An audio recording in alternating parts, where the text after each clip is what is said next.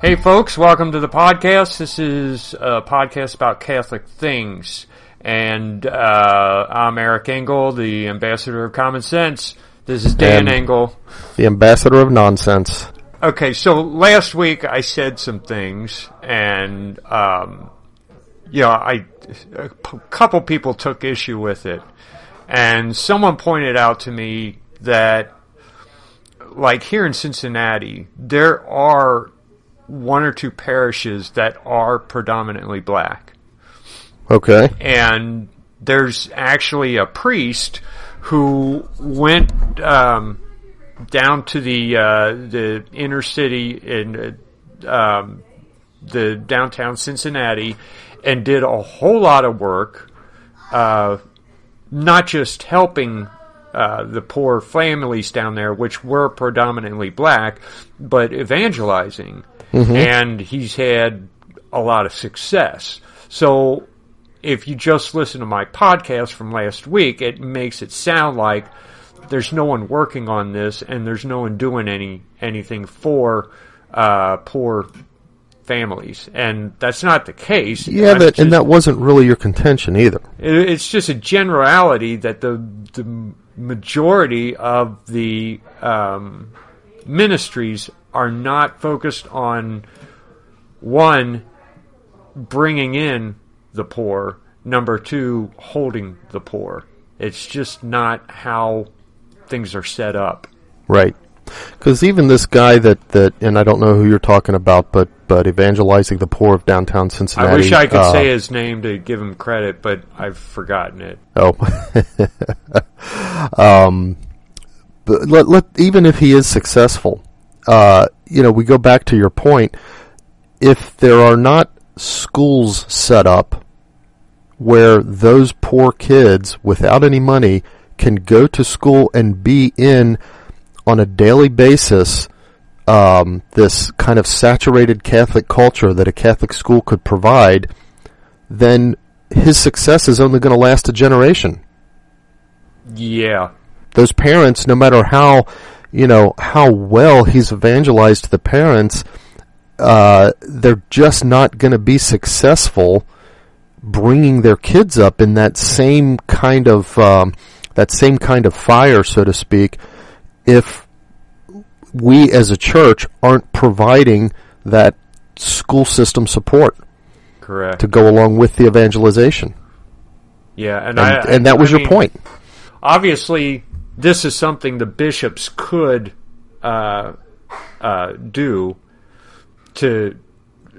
could remedy this problem. It would be a lot of work because they'd have to change the way they take in money and distribute money. But at the same time, there are pastors who might be able to do things. Like, okay, if you... here, I live in Cheviot, which is...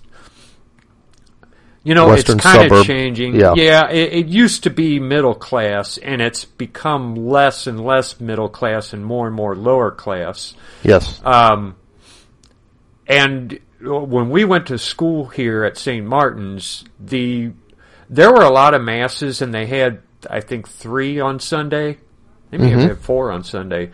But 3 or 4, yep. There were plenty of those masses where there was standing room only. Yeah. I mean, maybe you could fit people. It was a well-attended church, but right? It was full. And people may not appreciate this. Just saying it was full.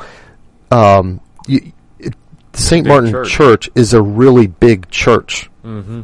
It's not one of these small, country churches. Yeah, and you look at it now. You go in, even if you're running late, you can still have your choice of seats. You could, it's really sparse. It's sad because I just moved back into this neighborhood and I go up to the church and it's like, geez, Louise, there's nobody here. Because I was kind of going in with the mindset, I haven't been here in so many years.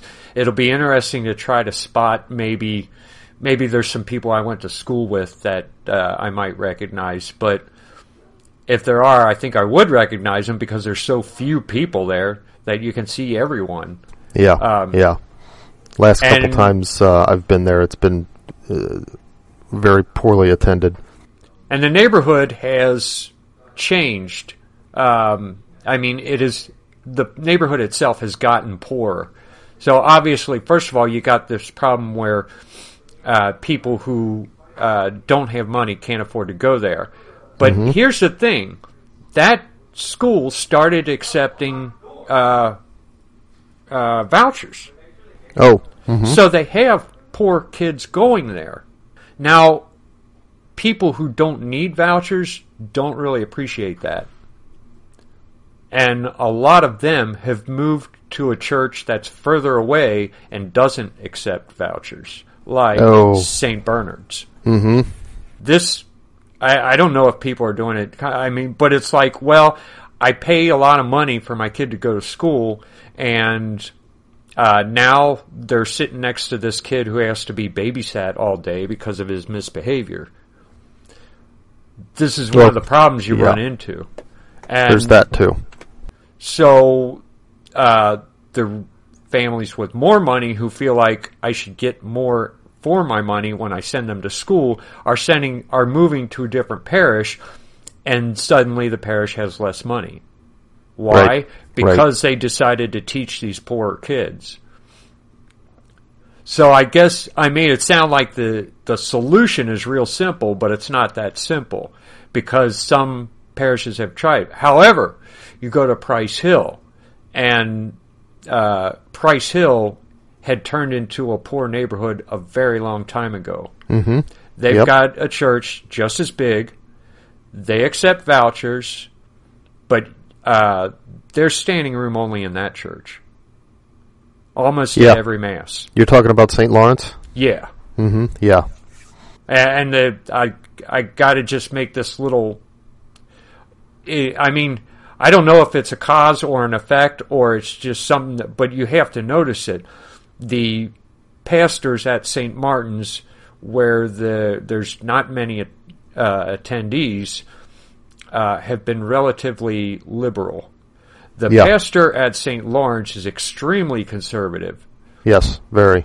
And he's constantly using the pulpit to kind of hammer home Catholic teaching and the fact that we have to follow it, and he's constantly inviting people to come to confession, and he's just he's just kind of he calls a spade, and he's very conservative. Yeah. So yeah. there's that. Well, he's they also a true evangelist. Vouchers. Yeah, definitely. Our priest at St. Martin, I don't know him that well, so I'm not going to say anything about him. I just know he's not very. His homilies aren't very strong. They're safe. Right. They're always safe. That's a good word. Okay, so I had to put that in because I guess I wasn't being fair to some places, and then in other places it's like, hey, we tried this, and look what happened. But right. I don't know. But I think our indictment is less an indictment that of like this parish can do it, and this parish, and this parish. I think our indictment from that week is more on us collectively as a church in America and how we approach these things. Folks, if you want in on this, the website is open for comments. Love to hear what you have to think. When we post it, you can post comments on there. You have to leave your email address. I think when you post comments, that's just to cut down on spam. Right. No one's going to email you. We will not email you, and we're not collecting addresses. And we're not going to read your email address on a podcast either. I might. Well, give us a name. We'll use a name. If you could put a city where you're from, that would be good enough. You can make up a name. Let's see. So this week, first of all, we got Halloween coming up. And so we're going to do a little bit of Halloween stuff. But it's not going to be the classic history of Halloween and all the stuff that every single show does. We are going to talk about ghosts and hauntings and whether or not it's real, how the church would define some of this stuff, if the church defines it. And then I think next week we're going to talk about our involvement with it, and what we're allowed to do and what we're really not allowed to do.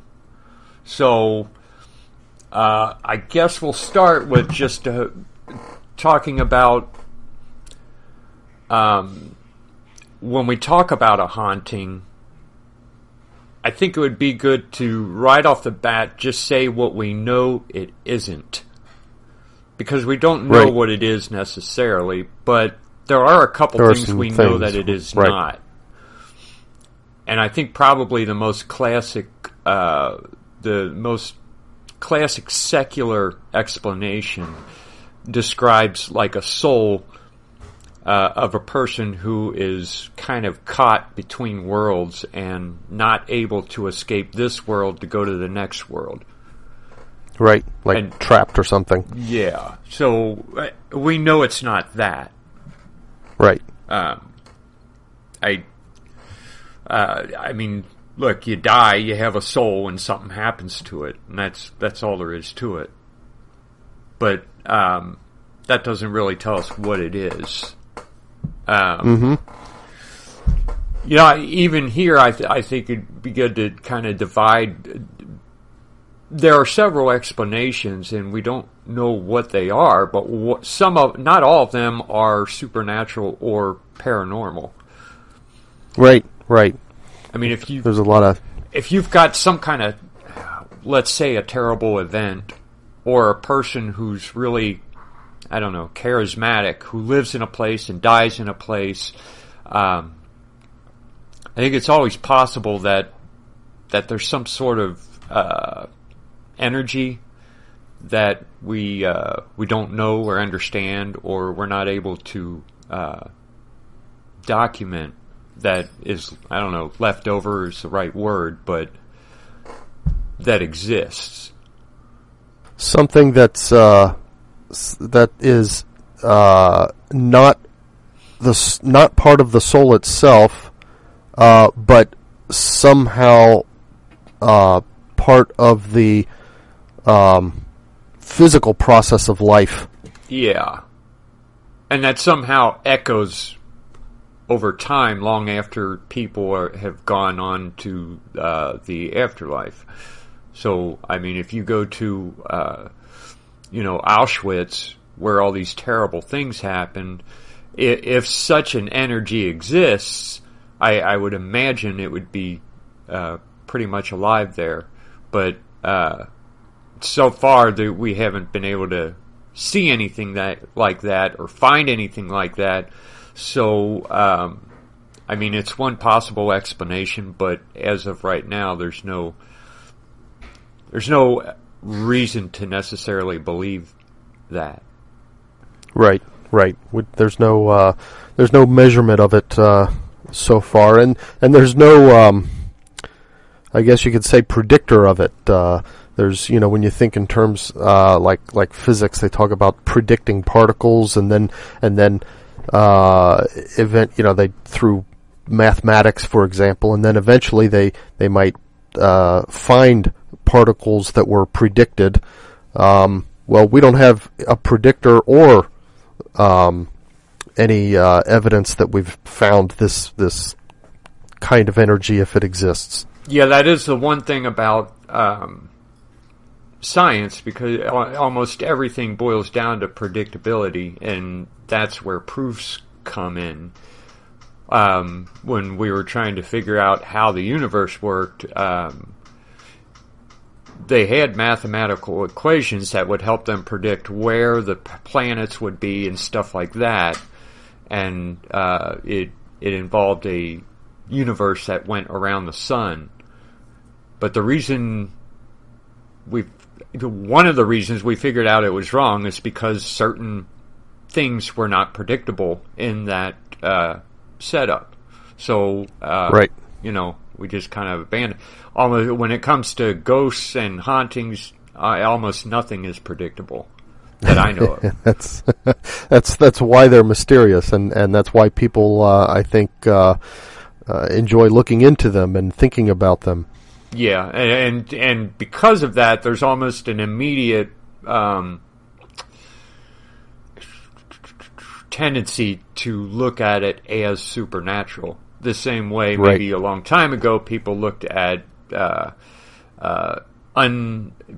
cures that they didn't understand were miracles, or diseases that they didn't understand were afflictions from demons, or things like that. Right. But that exists. But let's talk about the supernatural side. I guess so. Given that the soul is, the soul itself is taken care of. It's not trappable in the sense of getting tied to a particular place or something like that. And it's there's the idea of moving on to the next world isn't a real thing in a Catholic worldview. There's the world includes both the physical world and the non-physical spiritual world, but it's not like there's a barrier to move on from one to the other. When we talk about the next world, the next kingdom, we're talking about more of a state than some kind of movement of the soul. So given that it's not that, what are some of the supernatural explanations for what people experience as ghosts and stuff? Well, let's start with the ones that we know exist. We know angels exist. We know demons exist. Right. We know that sometimes they interact with us. Right. I would think that if you're dealing with a demon, I would think you'd want to be super careful, and I guess this is something we get into next week about how to deal with it. Oh, right, right. I guess it's one of those things that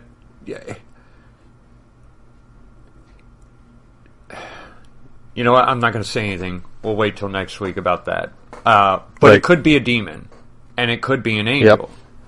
I would only say that if it's an angel, I don't think thumping on the table or slamming doors shut is really the kind of things an angel would do. No, angels tend to be more than anything, not messengers. Necessarily. Exactly. Well, that's what the word angel means, or at least the original word that we now call angels. Biblically, they're messengers, and so their purpose, while not necessarily clear, the communication is at least going to be fairly straightforward. Angels, if they are manifesting, are not going to do so in a lost sort of way. And you look at angels in literature and in art, and it's very different from what angels really do and say. Have you noticed that? Yeah. We've got the guardian angels, over the children as they cross a bridge. But when you dig into the Old Testament, I'm not sure, but I think what the first angel we come upon is with Lot, isn't it? I'm trying to think if there's any angel. A lot of times when people in the Old Testament spoke to the Lord or were visited by the Lord, this is after the fall, but for example, I think Noah was visited by the Lord, and sometimes I think those were actually angels. They were ambassadors. They were, there on behalf of God. And so it was just written, okay, the Lord came and spoke to so-and-so. It was really an angel, I think, in a lot of those cases. That's a possibility, but there are several times when it definitely is an angel, because the Lord speaks to Lot, and they talk about this town that's evil, Right. and then it doesn't say that the Lord went down to visit the town. The angels go down to visit the town. Right. Right. And, I mean, that's the first action we see of angels is destroying a city. And that's true. But, okay, they go visit Lot. Lot says, because the men in the town don't realize they're angels and they want to rape them. And Lot says, I'll give you my own daughters.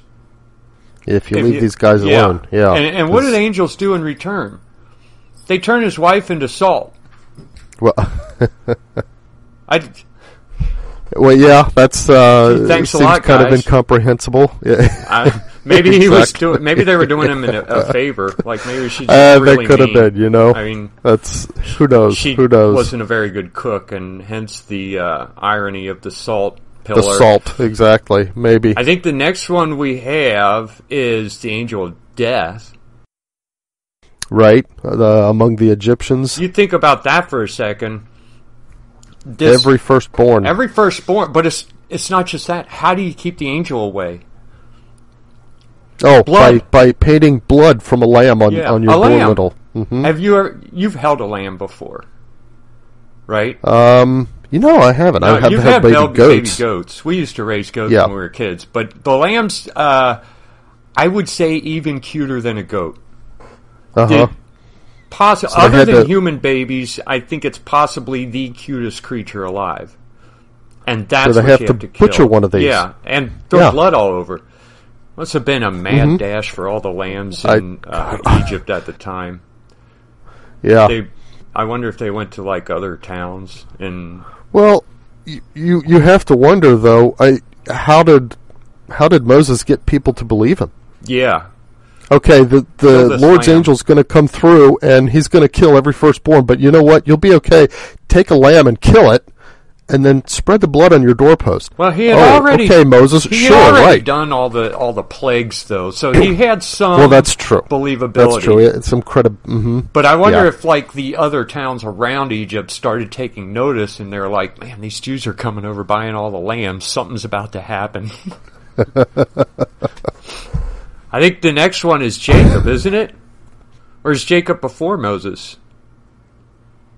Yeah, Jacob was because Jacob's son is who brought them to Egypt. Right. Okay, so Jacob's before. He's not bothering anyone, and an angel comes up and wrestles him. And just fights with him. Yeah. Jacob kicks his ass. Yeah, but he let him win, you know that. You think so? I mean, if you had bragging rights for beating up anyone, I mean, that's bigger than Chuck Norris. I beat up an angel. Yeah. I'll bet that angel went home and, got made fun of by the other angels. You know what? Even if he let him win, he probably got made fun of for being the one who had to go let himself be beat. Yeah. You go through them. We could go through every single angel. Every single angel is kind of a douche. And then you should pick a different word for the recording. Kind of a jerk. Kind of a jerk. Until Gabriel. Mm-hmm. Because was Gabriel the one who visited Zechariah? Mary. Oh, did he visit Zechariah too? Yeah, I think so. And Zechariah started questioning the angel, so the angel strikes him, mute. Yeah. It's like, I mean, just right off the dot. He didn't really say, it's not like he argued with the angel, he just, he questioned it. What do you mean? My wife's old. No, what do you mean? Bam. That's it. Yeah. Don't talk back to me. Now, Mary talks back to the angel and says, well, how are you going to do this, since I don't know man? Yeah. It's obvious that angel had gotten a warning. When they send him down, he's like, dude, it's God's mom. Don't be turning anyone into salt or striking them deaf or dumb. Right. He knew better. Yeah. Well, you know what? That's another good point because if you want to see, Mary has a special place. She got to talk back to the angel. Nothing happened to her. She's the only one.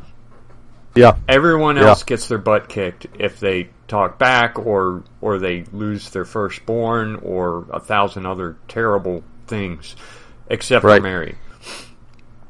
So, we take the example of the angels and show some reverence for Mary. Mm-hmm. Okay, we got off... so, hauntings. Yeah, hauntings. Angels. Okay, angels. Yeah, if it's an angel, I think it's going to be pretty straightforward. I think you're going to know it's an angel. Mm-hmm. There are warnings about false angels, I guess. Right. False messengers that could be... What would those be, like demons posing as angels, or just things that happen that people misconstrue? I guess it could be either. There have always been visionaries, and look, since we're Catholic, and we're talking to Catholics, we're not going to get into the argument of for or against angels talking to the human beings and having visions. We already accept that it happens. So, in accepting that, one of the things the church is always...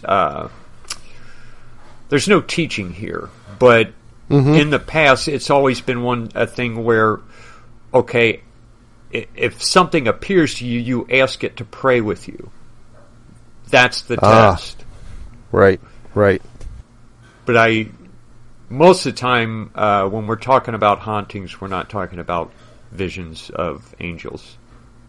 No, because usually the hauntings are either disturbances or apparitions that often don't interact directly with the people who are seeing them. Now, what about, so there's situations where it seems like there's been some kind of haunting, and it seems something happens on the border of miraculous. And you know what? I guess I'll just... you mean like water turning on by itself, that kind of miraculous? No. Even more or like... Okay, by the way, folks, I'm... full disclosure here. By next week, I will be... I'll have a book on the market that describes hauntings in Cincinnati. And so I've done a little bit of research into this, and one of the stories in here, a guy is driving to work, and he loses his wedding ring. It's on Ronald Reagan Highway, State Route 126, I think. And 2 years later, the family is going through some crisis, and I guess you would say the marriage is it's on pretty rocky ground. And no one's in the house except for this guy, his wife, and 2 little kids who are downstairs playing. The wife is upstairs sleeping. And somebody comes and puts that ring on her finger. On her finger while she's sleeping? On her finger while she's sleeping. Wow. She comes down and says, where'd you find it? And he's like, I don't know what you're talking about. Somebody had put that ring on her finger, and here it is. Now he's got his ring back, which had been lost for over 2 years. Yeah. Okay, so very strange. Yeah, that's a little bit beyond water turning on. Yeah, so, is there a possibility of interaction with an angel here? Maybe even a guardian angel. I would say that... Possibly. Since we're allowed to talk to our angels, or guardian angels, we're allowed to talk to angels, we're allowed to talk to God. So we could just say, God, thank you for this miracle, and if it was an angel, thank you for that. Yeah. I guess we're getting into next week's subject again, so we should turn it off there. But, yeah, angels do interact with us. I think most of the time we know it. In a case like that, I don't know. I mean, it sounds like the work of an angel, or God, or maybe there is some kind of natural explanation. That's a tough one. Yeah. Okay. Now on the other side, demons. I think that's a little bit more harder to discern. Right. We do know that demons interact with. I say interact. For example, they obsess. They possess people. We know that. This is kind of a strange thing. I've always wondered at this. It seems that demons have some kind of desire to inhabit the natural world. And where I'm getting this is that time when there were a whole bunch of demons that had possessed the one guy, and they were in the Bible saying to Jesus, to Jesus. Yeah, I'm sorry. I should have grounded this. They're saying to Jesus, we know who you are. You're the Son of God. Well, Jesus doesn't want them explaining who he is to everybody yet. But who knows? Perhaps part of their purpose at that time, perhaps Satan was recognizing the track that Jesus was on. That somehow, where things were headed, that Jesus was going to be the Lamb of God, and maybe there were things that Satan was trying to do to derail that. I don't know. But Jesus sent the demons out of the guy, but before he sent them out, they pleaded with Jesus, don't send us back. Instead, send us into that herd of swine. Why? I don't know. It's almost as though inhabiting the natural world, inhabiting organisms, I don't know, maybe gives them some kind of relief of whatever the tortures of hell are, or something like that. I don't know. But for some reason, they wanted to stay. Now, they didn't stay very long, because after they went into the swine, they drove the whole herd over a cliff. It's like they didn't just want to be kicked out altogether. They felt like they had to inhabit something. Mm-hmm. And what's also interesting is that Jesus allowed them to. Yeah. Yeah, I never understood that either. And it's possibly, I sometimes think things like that happen just to make it clear that for future generations who say, well, what happened was the guy was just kind of insane, and Jesus cured him of his insanity by making him believe that these demons were good. But I think God wants us to understand the Bible is trying to specifically show that, no, this is not insanity. There are actually demons. Yeah. And this guy had apparently more than one of them. So the demons are there. But the question, when people talk about hauntings, sometimes they talk about good ghosts and bad ghosts. In the book that I'm publishing, there's some stories there of some pretty bad ghosts. Mm-hmm. Oh my gosh, listen to that That dog. sounds like one. I'm sorry. Yeah, so there's some pretty bad ones. But yeah, that dog sounded like she makes ghost noises. Well, things like faucets turning on. Mm-hmm. Yeah, spooky. It's spooky, but not bad. injurious. Not right. Not even mischievous sometimes. Yeah. And that's usually when people start getting into, this is not a demon, it's not an angel. Mm-hmm. This is the soul of someone, a human who spirit of is some no kind. longer here. Right. But so let's talk about that for a minute.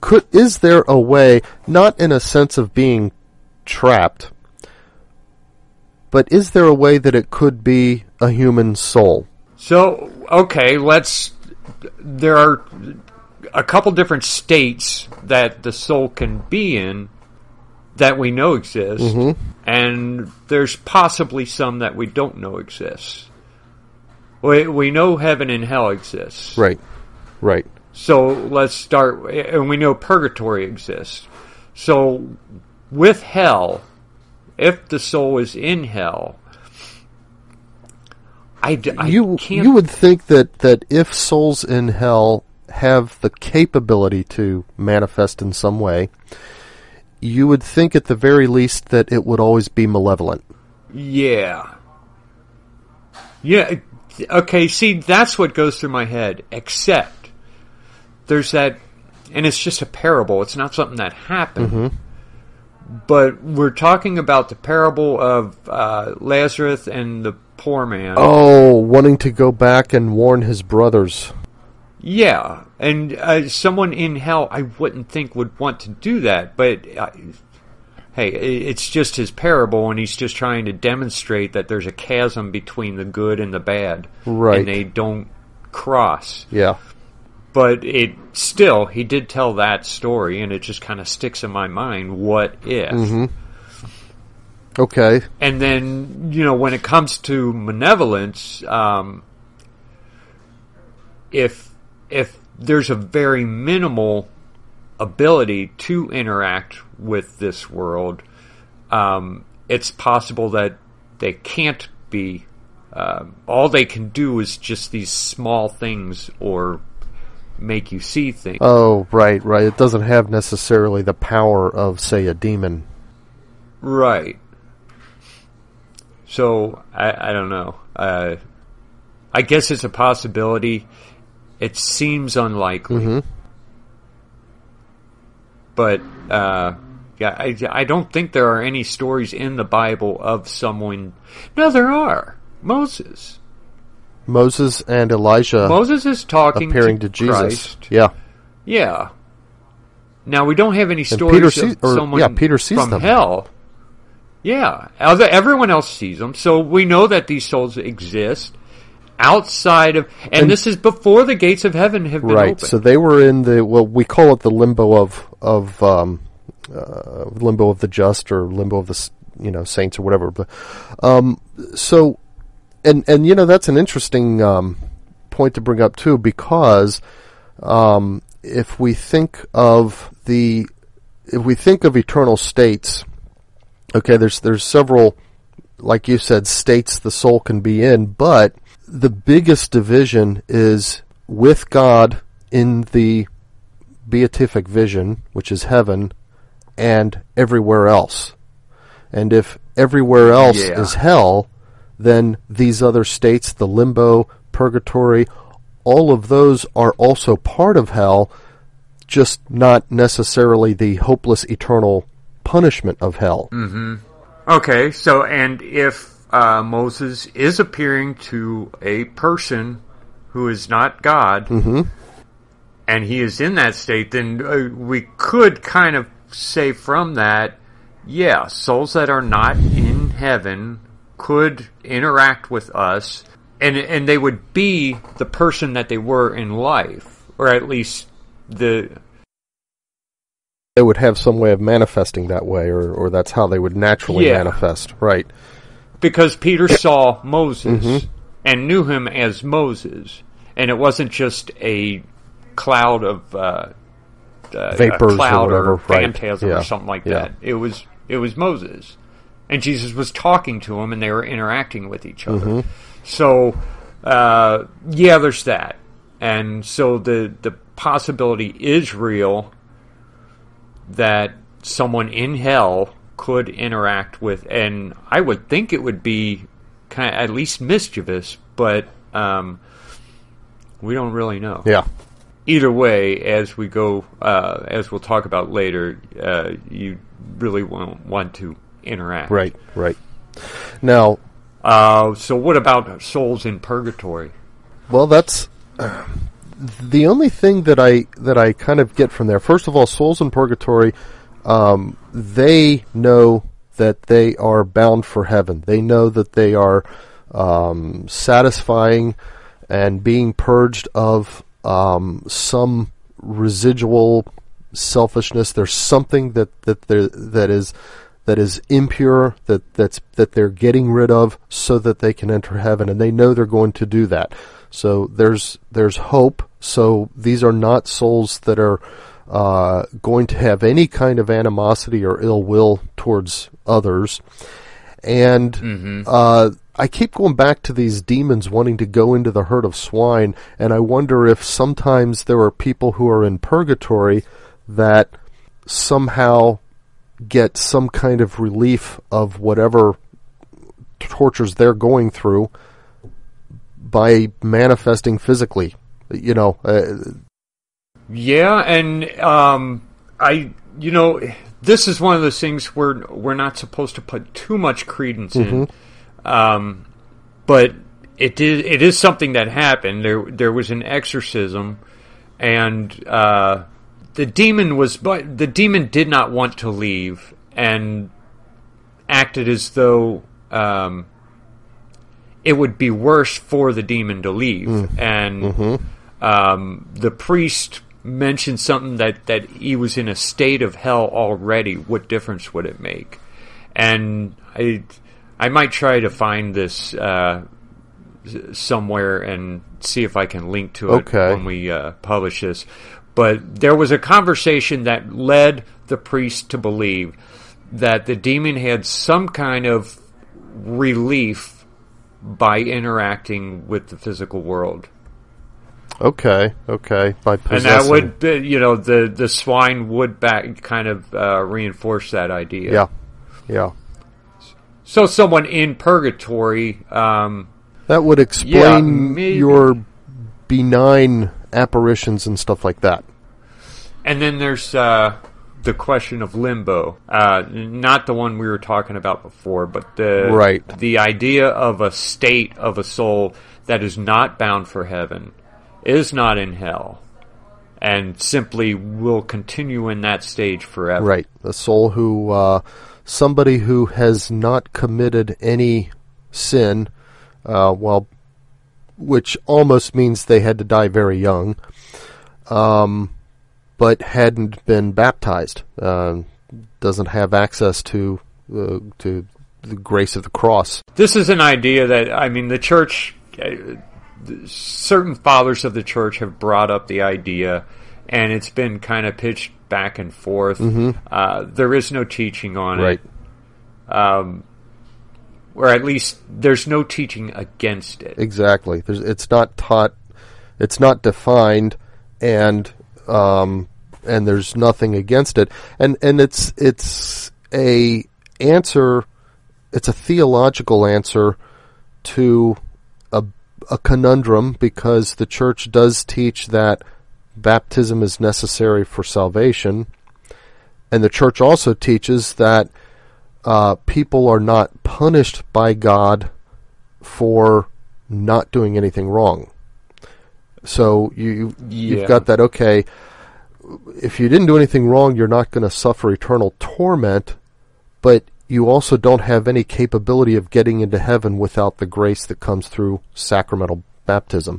And so what about that? And so theologians have come up with an answer that seems to satisfy both of those, and it's been out there, but the church has never moved to define it one way or the other. And probably never will. Right. That's one of those that we just have to wait and see. Yeah, we'll find out eventually. So I guess there is that possibility. Is someone in limbo. But again, you're usually talking about things like aborted babies. Right. Well, or even... Not something that would... even just very young children. A child 2 or 3 years old, okay, we know children are inherently selfish and they can be snotty and that kind of stuff, but they don't really have enough of an understanding of right or wrong to commit a sin until they're a little bit older than toddlers. Yeah. So I don't know. It's that's a possibility, I guess. I kind of think it's unlikely. I do too. But because you have to go back to motive. If these manifestations, whether it's things moving or apparitions, if they are a human soul acting, there's got to be a reason behind it. You've got to think in terms of motive. Well, so we have a motive if doing so could give you relief of purgatory, but what's the motive for somebody in limbo? Yeah, there is none other than possible, like loneliness. I don't know if someone in limbo would feel loneliness, but if they were lonely, that would indicate that limbo is not a place of non-punishment. Oh, that's true. That's true. So that kind of doesn't work. That would be pain or discomfort of some sort. Right. So, okay, and lastly, did we even talk about it yet? No. Souls that have gone into heaven. Right. And again, seems unlikely. If such souls were appearing, you would think that they would be doing it directly in, in some kind of commission from God to accomplish something. Yeah, the same way an angel generally would. Right. I mean, and I guess there are certain. See, you see those shows about the mediums who are I can't remember that guy's name. Kind of a weird guy. He would pick a crowd and he'd close in on one person, and then he would talk about a person in their past life. Yeah. But if you notice, there was never a reason for the communication. It was always something like, just wants you to know that he's in a good place. Yeah. It's not, he left $5,000 under the floorboard. You should go get that. Right. Or it's nothing like that. There's never any reason for the communication other than to just say hi. Mm-hmm. And I don't think the souls in heaven do that. No, I don't think they do. But I sometimes maybe directly, but sometimes in dreams, I think souls sometimes communicate messages. Did you hear the one about our uncle's mother who died? No. Okay, this is Dave Callahan, and you can decide whether to keep this or not. But so Uncle Dave's mother had died, and he and his brothers were kind of stressing over what to bury her in, what clothes she should be put in by the undertaker for, and she appeared to Uncle Dave in a dream and told him to go into this particular closet, and at this place there's a dress hanging, and that's what she wants to be buried in. And he went, and it was exactly where and what she said it was. Huh. Yeah. Yeah, the Callahans seem to have kind of a special connection there. Did you? Yes. Did you hear the one about the Callahans? To let everybody know, it's just a great big family. There's a lot of them, and I guess you would say they're general blue collar America, kind of white country boys. I was visiting their farm. They were having a party out there once. I think it was a 4th of July party. And there was this girl who was somehow a friend of the family. And this girl was telling a story about her her friend who was a midwife. Mm-hmm. And she did abortions. Oh. And this girl told her over and over again, you need to stop. Those babies are going to be there on your deathbed, is what she kept telling her. Well, the lady was dying and kept complaining about all the crying babies in the room. Oh, wow. So, in a case, well, yeah, I guess you could say a limbo. I mean, I don't know. It's one of those things, do you even believe it or not? Right. But what would be the explanation there? Mm-hmm. Unless having been told that again and again, she imagined it. That could be. But, yeah, certainly... if she hadn't imagined it, first of all, you're talking about babies, so we're either talking about that state of limbo or heaven. Right. It's one of those two. But there could be a very specific purpose for that. And it could be that lady's one last chance to, hey, you need to say you're sorry here. Yeah, at an opportunity for contrition. Yeah, so I would say there is a reason for that, but I don't know. Just we could tell these stories all day, but okay. So I think we've covered everything. So yeah, that's the. Those are the possibilities, and they are possibilities. I mean, I think the thing is, there's nothing that we can point to within the Catholic faith that says there's nothing to this, right? Right. Other than the trapped soul. Yeah, that's the one theory that doesn't work. If souls are manifesting, it's not because they're trapped. There's some other motive there associated with it. And by the way, I would point out that this idea of ghosts isn't a modern one necessarily. Recall that when Jesus first appeared after the resurrection to the 12, they were all locked in a room together because they were afraid. And they thought he was a ghost. Yeah, first thing that they thought he was a ghost, and he had to reassure him that's why he had them give him some foods, because ghosts don't eat. He was proving that he was there physically. You know what? The another one was when they're on the boat and there was like a storm. Oh, that's right. And he was walking out towards them. They thought he was a ghost.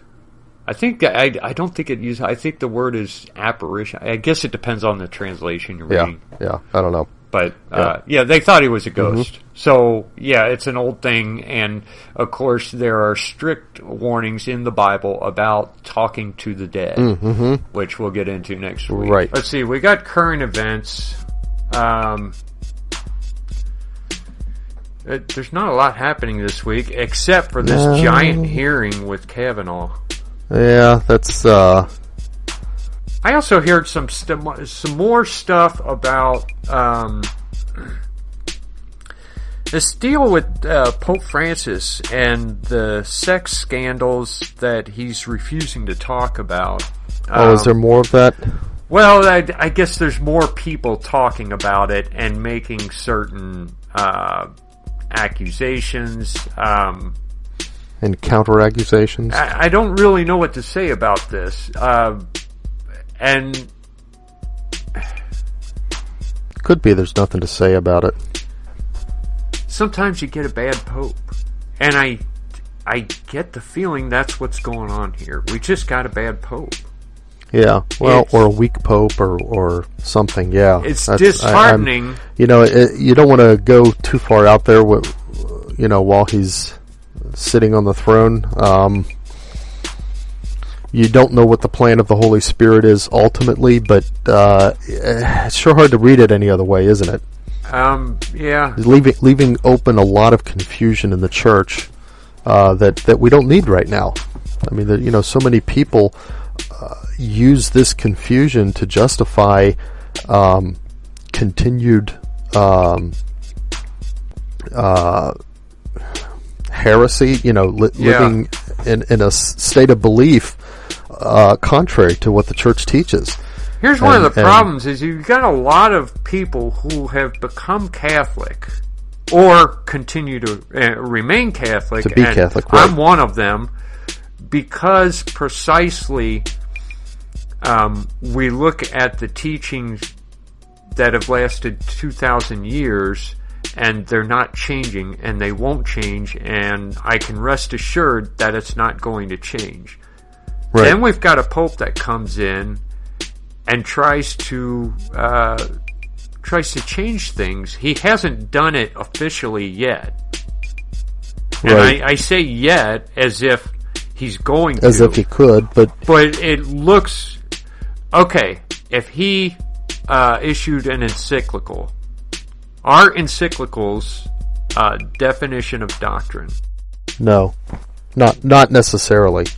It has to do with intention, right? So we know, for example, that the Pope has to intend to define something and to establish defined dogma or doctrine. We know that he has to be speaking to the entire church. A lot of times a Pope will write an encyclical that's only, say, to one region or one country or something like that. Yeah. So this has to be to the entire church. He has to be speaking as the Pope, not just as, for example, a theologian, not just as a pastor who's trying to, help guide the church in figuring out what to do, say, in the next century or something like that. So he has to be speaking as the Pope, as the universal ruler, to the entire church, intending to define doctrine, intending to establish a definition of something, and then that's when it is considered, when his act is infallible. Okay, so in his recent statements concerning the catechism and capital punishment, what was missing there? Well, I don't think any of those things was missing there, because he didn't even address the church. All he did was say he ordered some people to modify the wording of the publication. That's all it was. Okay. It was an order to modify the wording of a publication. He didn't actually pronounce anything. Okay. That's, so if he does pronounce it. Yeah, it's... Because, to be honest, that would be kind of... well, he hasn't done it, and when people say, well, he's going to... Is your phone? Yeah, my phone's going Alarming? off, and I can't figure out how to stop it and make it stop. And, Yeah. But anyway, when people talk to people me say about he's it, I going say to. he's going to, and I say, no, he's not. Well, how do you know he's not? Because... the Holy Spirit won't allow it. That's my answer. Yeah. And that's all I can hold on to at this point. But when Right. if he Right. does do it, then what is the answer? Is there an answer for that? Well, he did it. We would Then have what? to look at the specific, the specific circumstance. I mean, there's, I know it's easy, at this point for us to just say, well, it can't happen, so there's no use worrying about it. But the problem is that it can certainly come close enough to happening that it requires some real nitpicking to be able to see that it didn't happen. Whatever he And said. honestly, there have been periods in the church where very heavy consequential arguments have come down to nitpicking. Yeah. But nitpicking isn't always Well, there have been inconsequential. It just means you're schisms picking over at small nitpicking. details of something. And here's, right now, on top of this problem, there's these scandals. And he's refusing to address them. And some of them are kind of bizarre. There was supposedly there's a woman who's claiming that this priest that he's dead now, but that Pope Francis has been protecting from what's the word when people look into things? Protecting from investigation. And her claim is a group rape of this priest and several other priests. Well, I guess they were bishops. That she was raped? She was raped by, it was like a gang rape with one and several other bishops. And the bishop was being investigated, and Pope Francis put a stop to the investigation. This is the charge. Yeah, And that's, it sounds wow. conspiratorial. It sounds really stupid. It sounds a lot like the crap that's being flung against Brett Kavanaugh. Oh, Cavanaugh right now? Yeah. So when you look at it and you look at Brett Kavanaugh, you're like, yeah, come on, whatever. You don't even want to answer it. It's some of the accusations are so flimsy and just kind of outlandish. Here's the problem. The accusations against Pope Francis and these bishops, I don't care who you are, they are not that outrageous. To the point where you could just dismiss them without even looking into them. Yeah, it's kind of like... the scandals surrounding some of our bishops have been bad enough to where, no, we actually have to look at this. Well, and that's the thing. In another environment, you would be forgiven for deciding that they're too outlandish to worry about. But with the way this has played out, it's like every few years, there's like even more disturbing, stuff comes out, and to the point now where it's like, well, gee, almost anything that anybody claims now has to be investigated. The church hierarchy doesn't any longer have the credibility of just being able to assure people that, oh, that didn't happen. Right. Even with our Pope. Yeah, even at that level. Things have gotten that bad. Mm-hmm. And it kind of stinks because if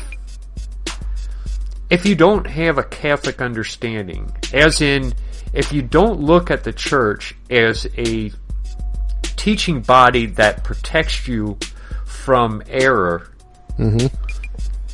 it's hard to find a reason to be a Catholic. Yeah.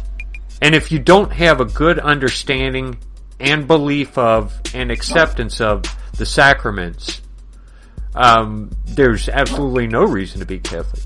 Right. That's the thing that I keep. If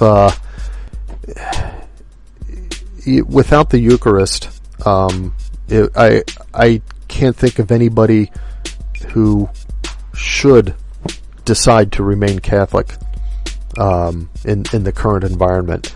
Of course, the Eucharist is the centrality of it all, and it's the Eucharist that's ultimately going to be what helps the church move past this. Yeah, who had that vision? One of the saints, not that long ago, there was some sort of vision or a dream of two battles taking place, and the Eucharist is what pulled the church through. I can't. I want to say maybe St. John Bosco. Have to look into that. And I'm not even saying it right. I'm saying there were two different battles, but there were specific visions, things that represented the battles and so forth. But anyway, I think the Eucharist will be what's going to pull the church through, and I think this relates to something that we might end up having another debate day about, because I don't believe we've had a valid Eucharist in America for a very long time, until 2011.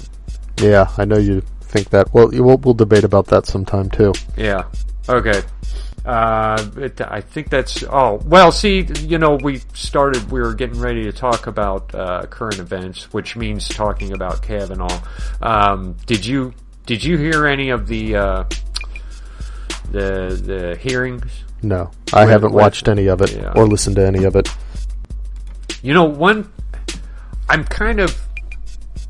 I keep hearing people say, I heard her testimony and it sounded real to me, and I believe that she really had that happen to her. It's just that it's not Cavanaugh.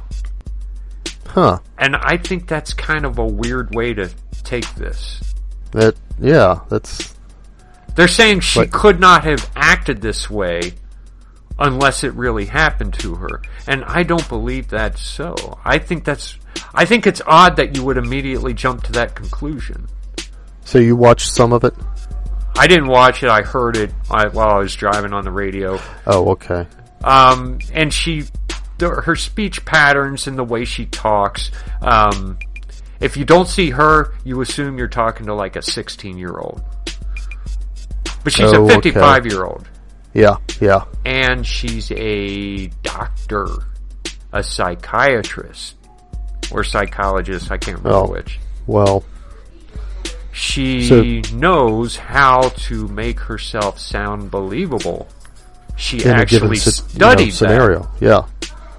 So why would we not assume that she... If you're going to believe that her story is false, why would you not assume that she's making it up? Mm-hmm. Or that she's just flat out lying? Why would you think, well, it happened, it just didn't happen with Cavanaugh? Yeah. Yeah, that is kind of a strange way to take it. Personally, I believe she's lying because none of her story corroborates with anything else anyone has any evidence for. It's just kind of... The whole thing is just... Again, well, I don't think it should have been taken seriously. Yeah, like I said, it smacks of Anita Hill to me. Yeah, definitely. The whole situation. And she's going to come out on top here, whether Cavanaugh gets confirmed or not. She's going to be able to make a book deal or a movie. Yeah, she'll get lots of money. She'll do the whole speaking circuit. In fact, she'll probably get more money if Cavanaugh gets confirmed. Yeah. Yeah. If, let's say, Clarence Thomas had not gotten confirmed, I don't think we would actually remember Anita Hill's name. Anita Hill's name, no, exactly. We would remember Clarence Thomas. Right. The other thing, for those who looking at Cavanaugh as a justice, here's the thing that. And I don't know, is this the same woman that you talked about last week, that the central accusation is that he was drunk, she was drunk, and he was holding her down on the bed? This is the same person. Now, after her testimony, she's saying, no, I only had one beer, and Cavanaugh was drunk, and he was, 16 at the time, something like that? Held her down on a bed. Held her mouth shut, and then she got away somehow. And, so it's that basic accusation. Yeah. So here's the thing about that. The American left are so vehemently against Kavanaugh's nomination and so desperate to keep him and anyone like him from getting on the Supreme Court. And specifically, I mean, there's a whole lot right about his judicial outlook and about how he understands the law and the application of the law, which the left doesn't like. But specifically, they think he threatens the widespread liberality of the abortion industry and of abortion, and that's why they are so against him. But they are so against him that they would stop at there's no straw that they would not grasp to try to keep him off the court. So here's the thing that we can take away from this. The accusations of this woman are the absolute worst possible thing that this man has ever done in his life.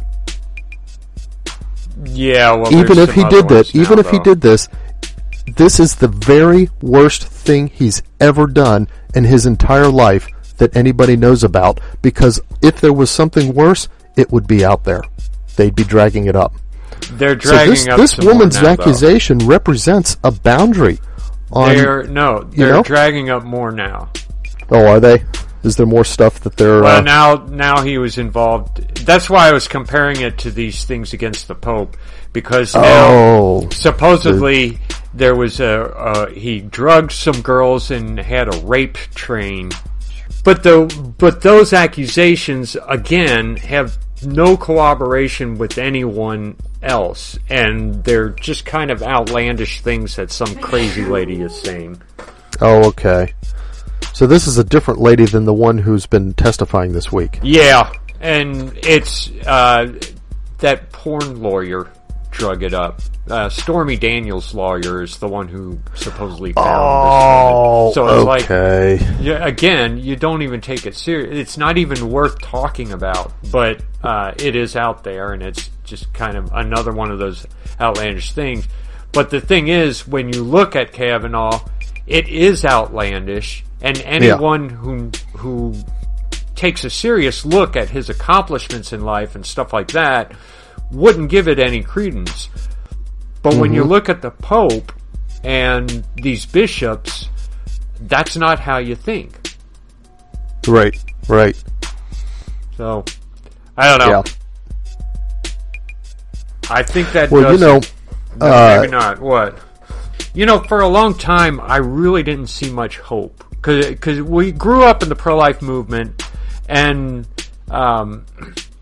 it was a grassroots program. And it's always the kind of, in any grassroots program, the people who are running and doing everything they're kind of outcasts. It's always people who are just kind of weird. They're always social outcasts. And so we grew up knowing a large number of these. Of those kinds of people, right. But they have a lot of hope, and they keep working, and you feel like someday we're going to get rid of abortion in America. And then as we got older, it's like, we've seen Bill how Clinton, and then, and it was like you started to think, it's never going to happen. All you can do is just try to change the people around you and try to convince the people that you meet every day that abortion's a bad thing. But now, out of the blue, we might actually be making some headway. And I guess it's not out of the blue. I think it's God's plan. But lately, in the past year, I've started to think that eventually we will stop abortion in America. And I believe that the rest of the world is going to follow suit, or at least the civilized world. Yeah. Kind of the way we did with slavery. Right. And I guess England would fight about that and say, well, we stopped it first. But I think slavery stopped in America, and those who want to be part of the global economy and be considered as not a third world country are going to have to follow suit. I think that's going to happen. That could be. But we would have a long, hard road when it came to China. Definitely. And even if Cavanaugh does get on, I think the abortion issue is not going to get... it's not going to get easier to deal with. I mean... Right. The fighting is going to get worse and worse as we get closer and closer to putting a stop to this billions of dollar per year industry.